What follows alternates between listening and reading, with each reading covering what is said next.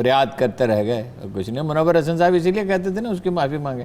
اور ابھی بھی جو اتحاد کیا تھا تو جماعت اسلامی کو کیا ملا؟ جی جماعت اسلامی کے وزراء کا تاثر بہت اچھا تھا, یہ بات یاد رکھی. 2-3 پہلو ان کے اچھے ہیں. سیاست میں وہ کتنے جو ان کی پوزیشن ہے وہ تو سب جانتے ہی ہیں, مگر یہ کہ خدمت خلق میں, ایجوکیشن میں, اور دوسرا ان کے وزراء پہ کسی پہ کرپشن کا کوئی الزام نہیں تھا. تو اس کا بینیفیشری یہ تھے, نقصان انہیں پہنچا.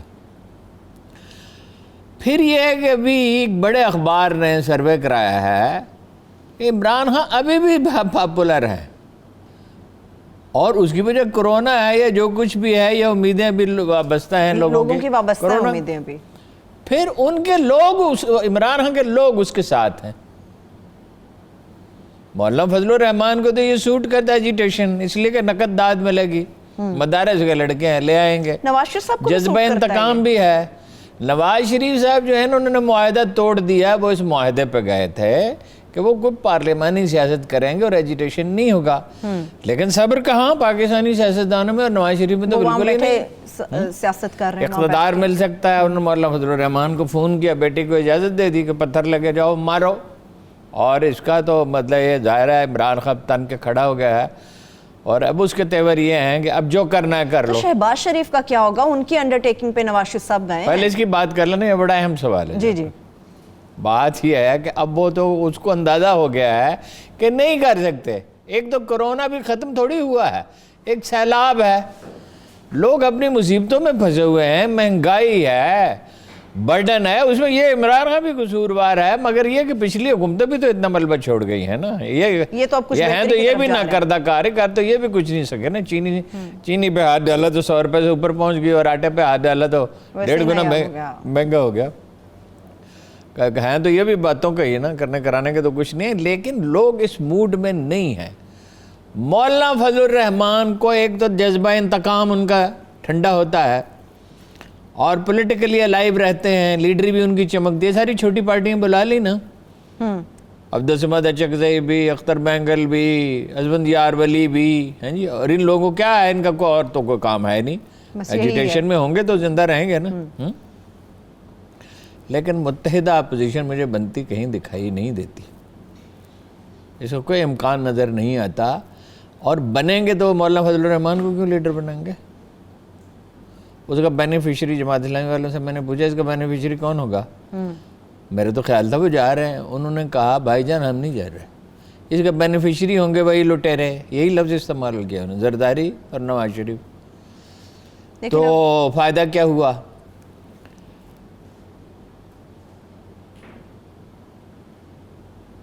مولانا فضل الرحمان تو تلے رہیں گے, انہیں فائدہ ہے ہر لحاظ سے. اب آپ نے پوچھا تھا شہباز شریف صاحب, ڈیفینیٹلی شہباز شریف صاحب 2 کشتیوں میں سوار ہیں. میں نے سنا ڈوب جاتا ہے انسان, مستقل طور پہ سوار ہیں, اور کمال ہے کہ 2 کشتیوں کے سوار ایسا کبھی ہوا نہیں سیاست میں کہ 2 آدمی ادھر اسٹیبلشمنٹ کو وفاداری کا یقین دلاتے ہیں, تعلقات رکھتے ہیں, ادھر بھائی کے ساتھ چلتے ہیں. پارٹی تو بھائی کی کے ساتھ کافی پرانے ہیں, شاید اسی لیے ان پہ ہمیشہ سے ہیں, ہمیشہ سے, اسی لیے بھروسہ ہے. اسی لیے نہیں, مطلب وہ تو کوشش تو وہ کرتے, پر جلوس لے کے بھائی جب لاہور پہنچے تھے وہ تو جلوس نہیں پہنچے تھے نا.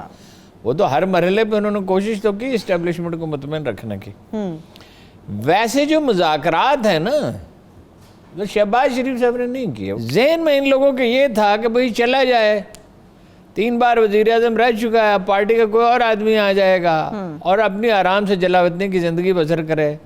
مگر آرام کہاں, چین کہاں, آرام کہاں, پردیس میں ڈیرے ڈالے. چین جو آدمی کی فرسٹ پریورٹی ہوتی ہے, وہ بعض اوقات اس کی سکنس بن جاتی ہے. اقتدار یا خود ہو یا صاحبزادی ہو. بھائی کو تو انہوں نے جواب دے دیا. نواز شریف اتنے پر امید تھے کہ انہوں نے کہا, تہمینہ درانی نے کہا تھا فوزیہ قصوری سے کہ جلدی نہ کرنا, میں پرائم منسٹر ہاؤس میں پہنچنے والی ہوں, جب میں وہاں پہنچ جاؤں تو فیصلہ کرنا. اور یہ نہیں تھا تو ان کا خیال تھا کہ پنجاب تو مل ہی جائے گا. اچھا, پنجاب میں تو سیٹیں بھائی کس کی زیادہ تھیں؟ پی ٹی آئی کی طرف. وہ تو جہانگیر ترین صاحب جو ہے وہ جہاز لے کے نکل کھڑے ہوئے. میں ان کے اوپر بھی بات کروں گی, ان کے اوپر ضرور بڑا آج کل بڑا اہم موضوع ہے اور لوگ پوچھ رہے ہیں کہ تو دفن کیوں ہے, اگر اتنا امپورٹنٹ ہے. میں آؤں گی اس کے اوپر ذرا یہیں سے. ضرور. تو وہ پنجاب تو کم از کم مل ہی جائے گا, تو وہ تو کچھ اور ہی ہوگا. وہ جہانگیر ترین نے کہ اپنی سے پانسا ہی پلٹ دیا. جہانگیر قاعدہ نے کہا تھا میں نے اور میرے ٹائپ رائٹر نے, ویسے یہ فکر صحیح نہیں ہے, بعض لوگ اسے مستند نہیں سمجھتے, لیکن جہانگیر ترین اس کے جہاز نے تو جو کرشمہ دکھایا, اسٹیبلشمنٹ اگر ساتھ نہیں دے گی, خان صاحب کا, ان کا اپوزیشن کا اگر ساتھ نہیں دے گی, تو ان کی کامیابی کا کوئی سوال ہی پیدا نہیں ہوتا. عمران خان کو کیوں نکالیں گے جی اس وقت؟ یہ کوشچن ہے. وہ نیشنل سیکورٹی ایشوز پہ تو عمران خان کا ان سے کوئی اختلاف نہیں ہے, اور اپوزیشن کے بارے میں ڈاؤٹس ہیں, خاص طور پر نواز شریف کے بارے میں, صاحبزادی کے بارے میں بھی. تو کیوں, اور اس کے جو متحرک حامی ہیں انہیں کیوں پرووک کریں گے عمران خان کے؟ لہذا مجھے تو کوئی متحدہ پوزیشن بنتی ہوئی نظر نہیں آتی, اور عمران خان اس وقت جاتے ہوئے نظر نہیں آتے. اگلے برس کے بارے میں نہیں کہہ سکتے, اگر یہی صورتحال رہی, کچھ بھی ڈیلیور نہ کر سکے, مہنگائی بڑھتی گئی, چینی کی یہی صورتحال رہی, بے روزگاری بڑھتی گئی. ابھی تو بازار ایسس بھی ٹھیک ہے, شیئر مارکیٹ بھی, اور باقی کچھ چیزیں. اگر جو کراچی کی صورتحال ہے, اور ان سب اس پہ آؤں گی, معیشت کو بہت بڑا دھچکا لگنے کا اندیشہ بھی ابھی باقی ہے. خان صاحب کے اوپر بھی آتے ہیں. معیشت کو کیسے دھچکا لگنے کا؟ ابھی کراچی کے حوالے سے گفتگو کریں گے. ہاں ظاہر ہے, وہ بہت ہی ایک پہلو ایسا ہے جو بہت خطرناک ہے.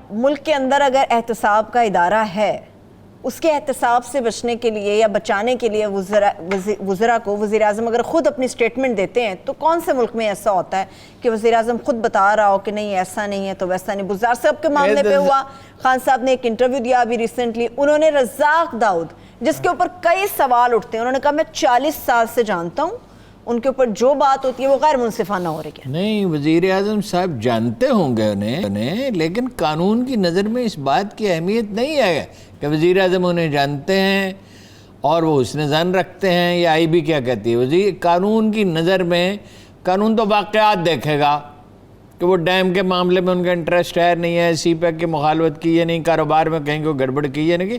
یہ تو احتساب کے اداروں کا کام ہے, یہ تو نیب کا اور ایف آئی اے کا کام ہے, یہ وزیر اعظم کا کام تو نہیں ہے. وزیر اعظم کیوں کر رہا ہے؟ خسرو بختیار کے معاملے میں بھی, اور یہ بھی وزیر اعظم کو بالکل نہیں کرنا چاہیے. یہی اپوزیشن کر رہی ہے کہ بھائی ایف اے ٹی ایف کو اگر منظور کرانا ہے تو اس کو ساری منی لانڈرنگ والا قصہ ختم کرو, جو کچھ ہم نے کیا ہے. یہی عمران خان صاحب کر رہے ہیں نہ. وہ خسرو بختیار پہ کیسا سناٹا ہے, کیا وہ ایک مشہور ڈائلاگ ہے کہ اس قدر سناٹا کیوں ہے بھائی, ایسی خاموشی خسرو بختیار پہ کوئی بولتا ہی نہیں.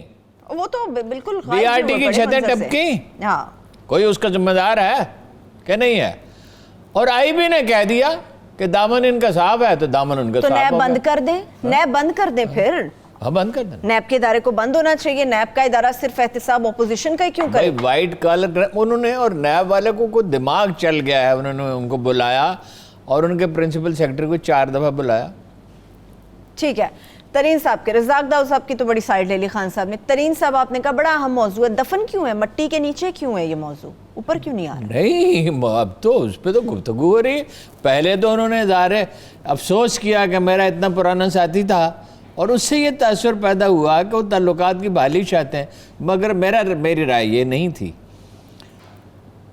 اس کا فوراً بعد کیا ہوا ہے, اب تو اس کا فرانزک آڈٹ ایک طرح سے ہو رہا ہے نا. اس کی ساری کمپنیاں, تمام بینکوں کے کھاتے, اس کی آل اولاد, اس کے عزیز رشتہ دار, اس کے جاننے والے, اس کے مینیجرز. تو میرا تو ذاتی خیال یہ ہے کہ اس سے بہت سخت انتقام لینے کا ارادہ وزیر اعظم صاحب رکھتے ہیں. لیکن جس طرح امریکہ کے بھڑکانے کے باوجود چین جنگ میں نہیں جائے گا, چینی کے کارخانوں والا جہانگیر ترین بھی ایک سیانہ آدمی ہے, اس پہ کتنی سختی کریں, حتیٰ کہ خدا نخواستہ جیل بھی اس کو بھیج دیں, تو تو وہ پی ٹی آئی کے خلاف اٹھ کے کھڑا نہیں ہوگا یہ عمران خان. ابھی بھی انہوں نے کوئی ایسی لب کشائی نہیں کی. انہیں نہ کرے گا، نہ میرا خیال ہے وہ نہ ابھی تک انہوں نے کیا ہے، نہ کریں گے، اس لیے کہ وہ سمجھدار آدمی ہیں. وہ سمجھتے ہیں کہ یہ میری جگہ ہے، اور اگر یہ پی ٹی آئی کے ساتھ میں نہیں چل سکتا تو مجھے خاموش ہونا چاہیے، اپنا کاروبار کرنا چاہیے. وہ نون لیگ کے ساتھ، پیپلز پارٹی کے ساتھ کیوں جائیں گے؟ تو یہ اثر زائل ہو گیا جو کہا جا رہا تھا ایک فارورڈ بلاک ہوگا یا پھر نون لیگ سے وہ ہاتھ ملا لیں گے، ہو سکتا ہے پیپلز پارٹی ان کو اپروچ کر لے، تو یہ اثر پھر زائل ہو گیا.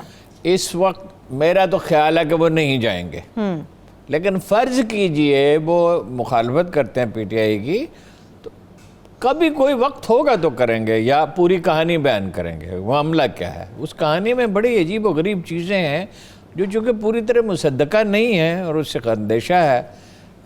مطلب یہ کہ ایک بیڈ ٹیسٹ کی بات ہوگی. وہ پوری کہانی وہ خود سنائیں گے جب وقت آئے گا تو.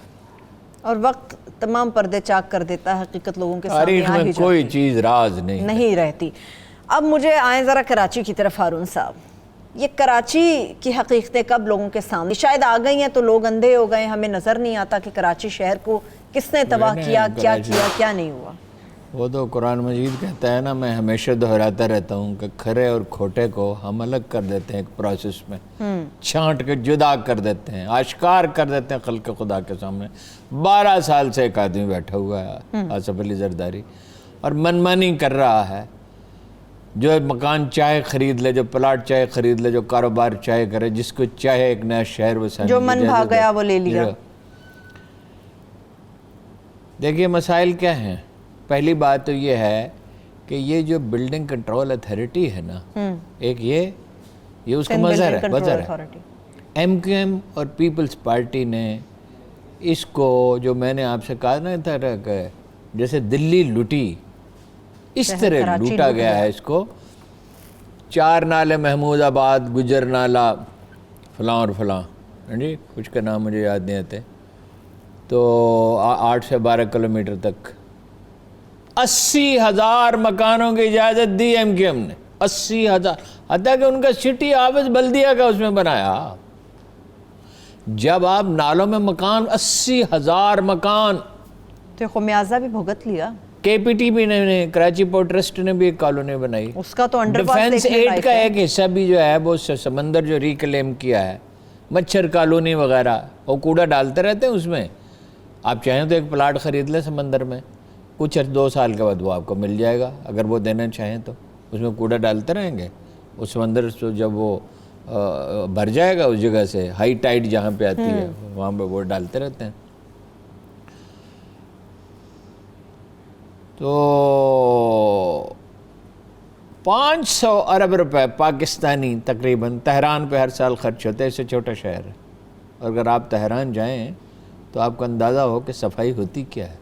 اچھا 800 ارب روپے استنبول پہ خرچ ہوتے ہیں پاکستانی. کراچی کے لیے جو پاکستان کی معاشی شاہرگ ہے، جس کے بغیر پاکستان کا کوئی معاشی مستقبل ہو نہیں سکتا، 70 to 80% ارن کر کے دیتا ہے پورے پاکستان کو. اس کے لیے کتنے پیسے ہیں؟ کتنے؟ سب اداروں کے ملا کے 50 ارب روپے، اور ظاہر ہے وہ 50 روپے خرچ نہیں ہوتے. باقی تو آپ چھوڑ دیں، یہ جو کالونیاں بنا رہے ہیں راستے میں، اور یہ جو مکان بنا رہے ہیں، نالوں کی صفائی نہیں کرتے. نالوں کے ارد گرد تجاوزات اتنی کہاں سے صفائیاں ہو رہی ہیں؟ ظاہر ہے کتنی صفائی کا بھی جا آگے جگہ این ڈی ایم نے کی نا. وہ وزیر اعلیٰ صاحب کہتے ہیں کہ ہم سو نہیں رہے، اور چہرے پہ ان کے اتنا اطمینان ہے. ویسے تو عمران اسماعیل کے چہرے پہ بھی اتنا اطمینان ہے، اللہ کے فضل و بالکل ریلیکس ہیں. یعنی قیامت گزر گئی ہے. بعض سرجانی ٹاؤن سے 80% لوگوں کو نقل مکانی کرنی پڑی ہے. بالکل سرجانی ٹاؤن کا بہت برا حال ہے.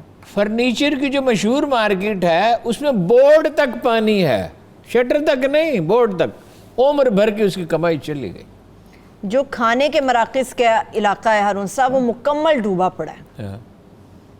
اور وہ کہہ رہے ہیں میں سویا نہیں. جو آدمی سوتے نہیں اس کا تو چہرہ ستا ہوا ہوتا ہے، اس کی تو حالت خراب ہوتی ہے. 48 گھنٹے میں صرف 2-4 گھنٹے سوئے ہیں. وہ خود بیان کر رہے ہیں، پریس کانفرنس میں بیان کر رہے ہیں. ان کے کہنے سے کیا ہوتا ہے؟ ان کا چہرہ تو کچھ اور کہہ رہا ہے. منچے گوئے ہوں وہ تمبورا منچے گوئی. آپ کچھ کہہ رہے ہیں, آپ کا حلیہ کچھ اور کہہ رہا ہے, اور کیسے ٹھنڈے ٹھار لہجے میں وہ گفتگو کر رہے تھے.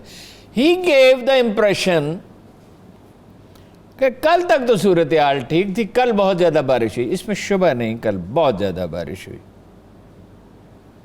لیکن کل تک کیا صورتحال یا پرسوں تک کیا صورتحال ٹھیک تھی, اب اور بگڑ گئی, لیکن کل پرسوں تک کیا صورتحال تھی. جب الرٹ تھا ہارون صاحب تب بھی انہوں نے کچھ نہیں کیا.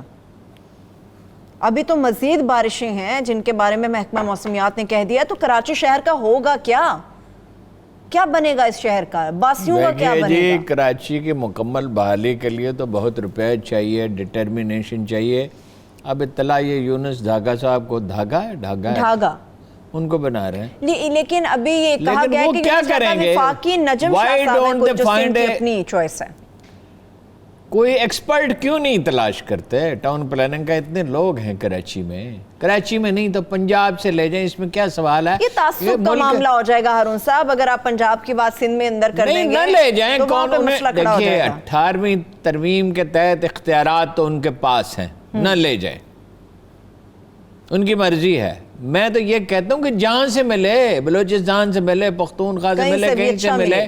سوال یہ تھوڑی ہے کہ وہ آدمی مہاجر ہے, یا اگر مہاجر ہو تو کیا ہے, اور پارٹی کا ہو یا نہ ہو, کوئی ہو. میں کہتا ہوں مسلم ہو, غیر مسلم ہو, اس سے بھی بحث نہیں ہے. وہ شہر کو بچانا ہے نا. کوئی پاکستانی جو بیسٹ ہو سکتا ہے ایڈمنسٹریٹر, اس کو لگائیں. اور ایک بڑا جامع منصوبہ چاہیے, اور وہ نہیں بنے گا اسٹیبلشمنٹ کی مدد کے بغیر. میں ایک بریک کی طرف جا رہی ہوں, آپ نے اسٹیبلشمنٹ کی بات کی ہے, ایک چھوٹی سی بریک کی طرف میں جا رہی ہوں. جب بریک سے واپس آؤں گی گفتگو یہیں سے آگے بڑھے گی, ہمارے ساتھ رہیے.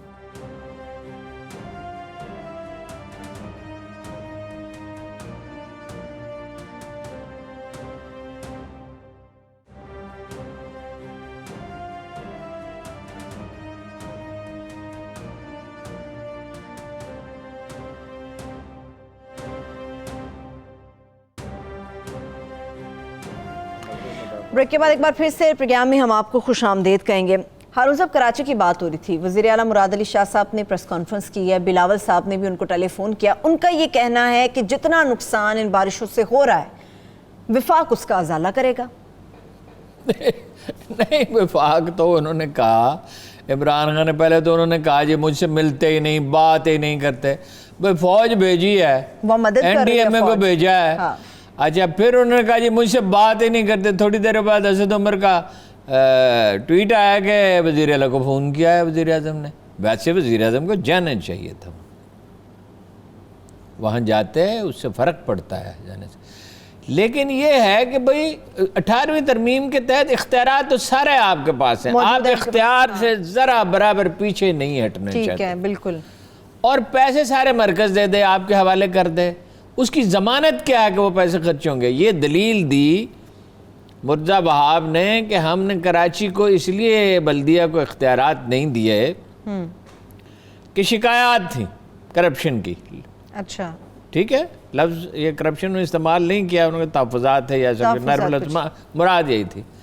تو آپ کو پیسے دے دیں, آپ کی ریپوٹیشن کیا ہے؟ پیسے سارے آپ کو دے دیں. دیکھیے پیسے تو بہت زیادہ چاہیے, لیکن اگر دیانتداری سے 100-150 ارب روپیہ بھی خرچ کیا جائے. مصطفیٰ کمال کے زمانے میں اور نعمت اللہ خان کے زمانے میں چیزیں کیسے تیزی سے امپروو ہو گئی تھیں. بس سڑکیں بنی, سڑک کی ایک عمر ہوتی ہے. انہوں نے تو شہر کو بورڈوں سے بھر دیا, اور یہ کہتے ہیں کہ بھئی یہ ہمیں بھلا دیا, نظر انداز کر دیا, ہماری بات نہیں سنتے. کیا بات آپ کی کون سی نہیں سنی گئی بھئی؟ یہ کوئی پہلی دفعہ ہوا ہے ایسی غیر معمولی بارش ہوئی ہے کراچی میں. خیر بہت ریکارڈ ٹوٹ گیا, لیکن 73 میں مجھے یاد ہے لاہور میں یہی ہوا تھا. اس کے بعد بھی کئی مواقع پر ہوا ہے. تو اگر آپ کے پاس وہ انفراسٹرکچر ہے ہی نہیں, بھئی 2 فٹ کہیں جگہ پہ کراچی نیچا ہے سمندر سے, اور ایوریج 30 فٹ اونچا ہے, ڈھلوان بہت زیادہ نہیں ہے. کچھ کھڈا ہزاروں برس کے پروسیس میں قدرت نے یہ جو اتنے نالے بنائے تھے, سینکڑوں نالے ہیں ویسے, بڑے نالے 58 ہیں اور 14 بہت بڑے ہیں. ٹھیک ہے, انہوں نے کیا 4 یہ سمجھے کہ سب سے بڑے گجر نالہ خاص. تو آپ نے جب اس میں مکان بنا دیے، ڈھلوان تو پہلے ہی کوئی زیادہ نہیں ہے، تو پانی کہاں جائے؟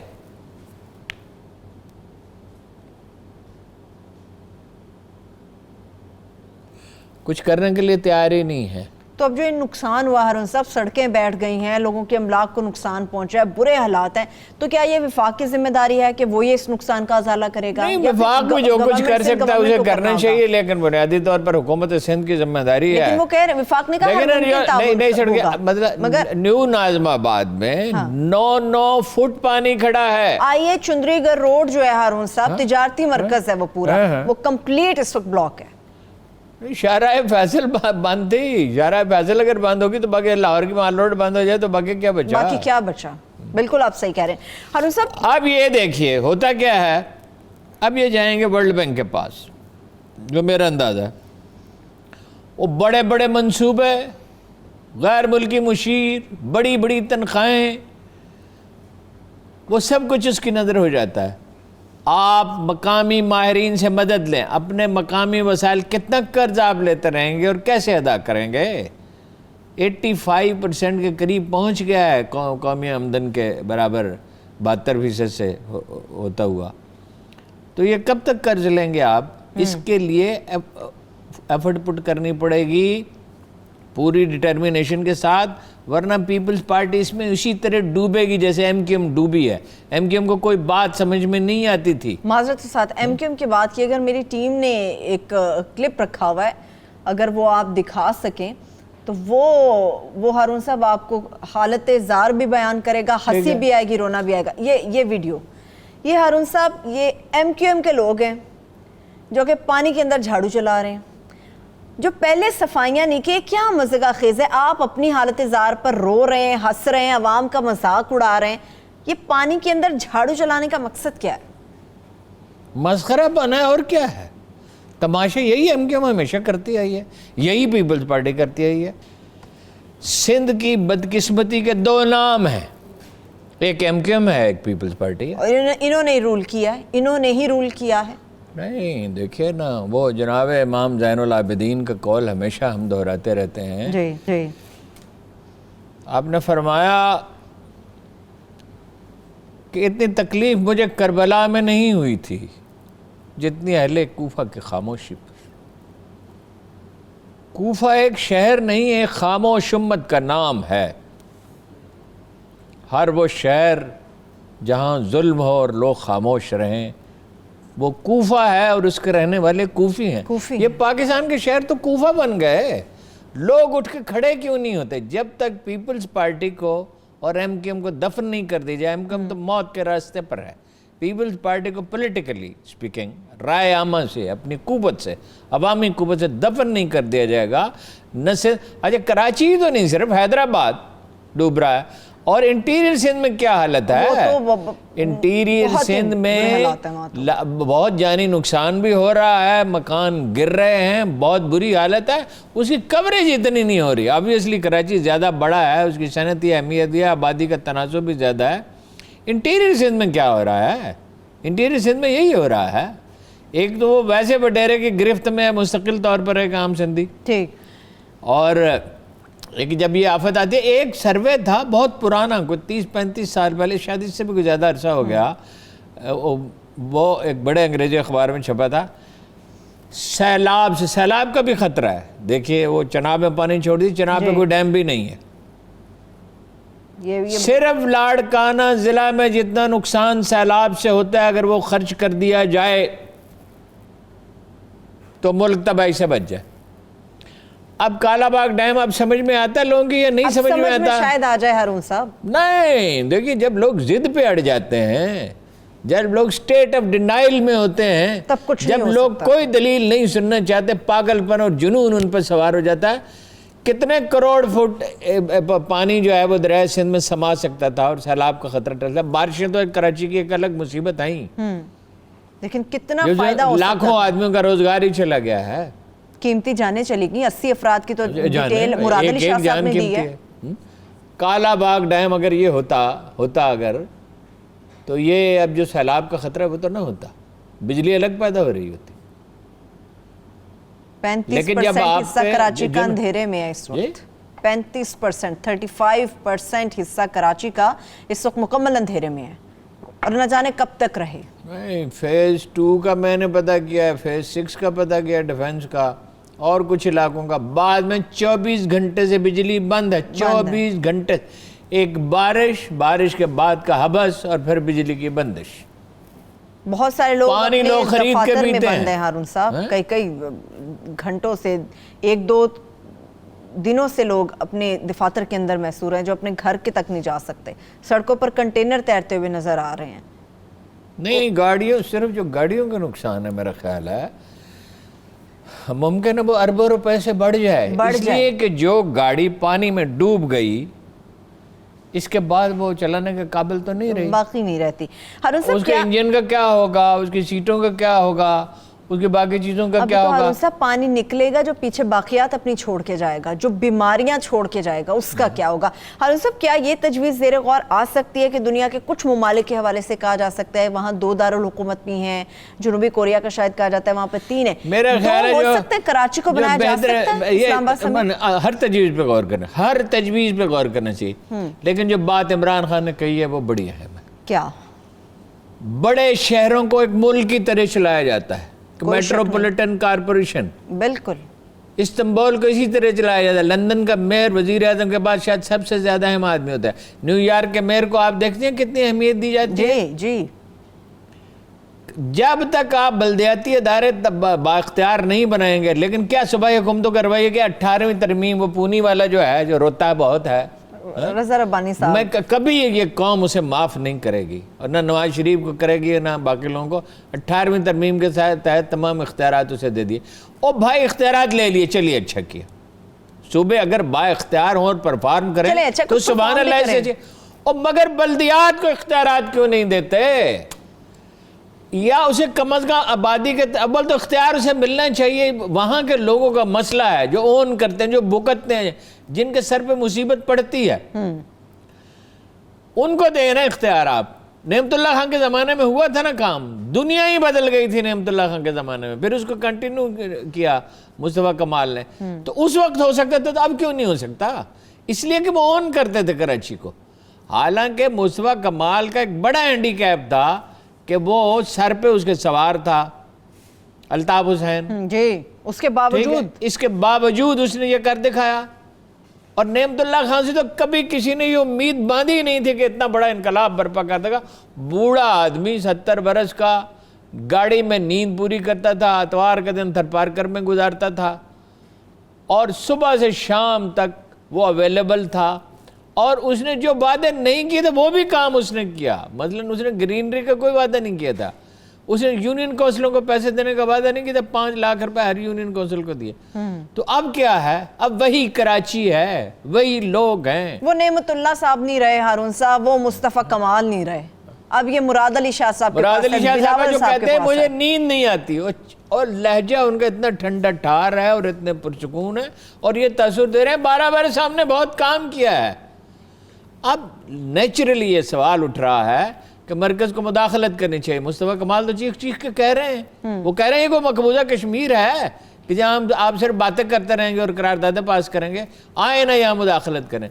اب مداخلت کا سوال یہ ہے کہ آئین کے حدود کے اندر ہی ہو سکتی ہے نا، آئین کے حدود کے دائرے سے باہر نہیں جا سکتے. یا کچھ لوگ جائیں کراچی کے بزنس مین، پرامیننٹ سٹیزنز اور لوگ سپریم کورٹ جائیں، یا supreme court suo motu notice لے اور مرکز کو حق دے. ہارون صاحب لیکن ایک اور بحث چھڑ گئی ہے، یہ پانی نکلے گا تو پیچھے جو کچھ چھوڑ کے جائے گا وہ کسی کے کنٹرول میں نہیں آئے گا. ایک چھوٹی سی بریک کی طرف میں چل رہی ہوں. جب بریک سے واپس آئیں گے تو انٹرنیشنل جو پالیٹکس ہے اس کے حوالے سے خاص طور پہ بات ہوگی، جس میں چائنا، انڈیا، امریکہ اور اسرائیل کے حوالے سے خصوصی گفتگو ہوگی. ہمارے ساتھ رہیے.